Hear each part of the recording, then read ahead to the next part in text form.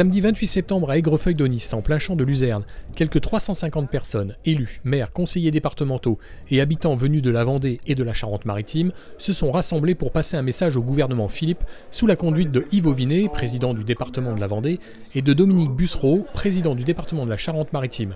Les élus veulent relancer le projet de liaison routière entre les deux départements. Quand un dossier traîne depuis 40 ans dans les arcanes de l'État, que tout le monde en parle et que rien ne se passe, il y a un moment il faut en sortir.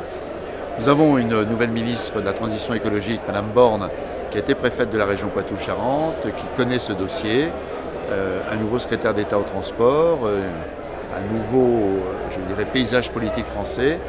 Donc c'est avec ces acteurs que auxquels nous disons relancer ce dossier. Un véritable serpent de mer, une autoroute d'une 60aine de kilomètres seulement entre Fontenay-le-Comte et Rochefort, l'A831, qui a été sur la table des différents gouvernements successifs, qui a coûté plusieurs dizaines de millions d'euros en études, sans pour autant jamais voir le jour. Parce qu'il a joué de malchance, il a joué de changement de pied de l'État. On voulait faire une 4 voies, l'État nous a demandé de faire une autoroute. Et quand on a fini le dossier de l'autoroute, Madame Royal, ministre de l'Environnement, a stoppé tout. Et donc il faut tout reprendre à zéro. Chacun sait qu'une DUP c'est plusieurs années, surtout quand on traverse des zones comme le Marais Poitevin. Et donc il y a eu une mauvaise volonté, une mauvaise compréhension de l'État. Et peut-être que nous, les élus locaux aussi, à certains moments, nous n'avons pas assez râlé. Aujourd'hui on en a marre et on n'est pas en situation d'agressivité vis-à-vis de l'État.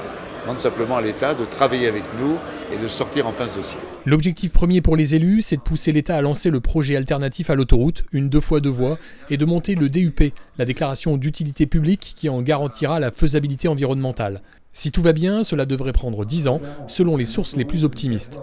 Dans l'Assemblée, de nombreux maires saluent l'action, mais restent tout de même dubitatifs quant à son efficacité et à la suite qui va être donnée par le gouvernement. C'est assez incroyable, mais à la limite, aujourd'hui, on n'est pas là pour se dire c'est de la faute à X ou Y aux différents gouvernements passés. Ce qu'il faut maintenant, c'est regarder l'avenir, quoi. Il faut trouver une solution.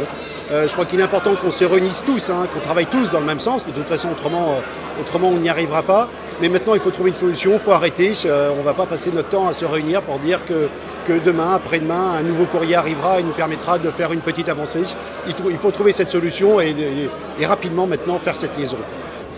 Maintenant, en 2021, on fêtera à Maran les 50 ans du fait que, les 50 ans de premier courrier qui avait été envoyé par le maire, à l'époque s'appelait Maurice Calmel à l'État, lui demandant un contournement court de la commune de Maran pour un vrai développement économique et un vrai soutien aux habitants de Maran. Eh bien, ça fera peut-être 50 ans en 2021. On y sera certainement. Je suis sûr que si je suis réélu, je ferai une belle fête comme celle-ci aujourd'hui à Aigrefeuille-d'Aunis. Vous n'avez quand même pas le sentiment de revivre un jour sans fin ? Il faut quand même faire des choses.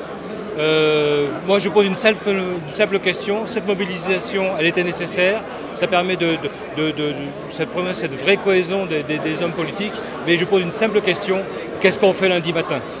Alors vous êtes plutôt autoroute ou 2 fois 2 voies gratuites? Écoutez, je ne suis pas forcément plus pour l'un que pour l'autre. Au début, on parle d'autoroute. Bon, maintenant, si la solution, s'il y a une volonté d'aller plutôt vers une 2 voies, pourquoi pas. Ce qui est certain, c'est qu'il faudra bien le financer. Comme ça a été dit, il serait bien que l'État prenne ses responsabilités, de façon que nous, les élus, les citoyens de terrain, nous ayons le moins à payer. Vous comprenez que les habitants aient l'impression de vivre un jour sans fin?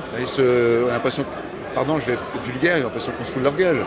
Il y a toujours autant de camions dans les rues de Maran, la rue d'Aligre est toujours aussi noire, les difficultés sont les mêmes en Vendée. Je me mets à la place des habitants de ces territoires. C'est pas sérieux s'abstenir. Voilà, c'est pas admissible en termes de démocratie. Je disais à l'instant à vos confrères, ça fait le lit de l'extrémisme. L'extrémisme, le populisme, il se nourrit de l'impuissance à agir. Et comme il y a impuissance à agir, on ne peut pas rester dans cette situation.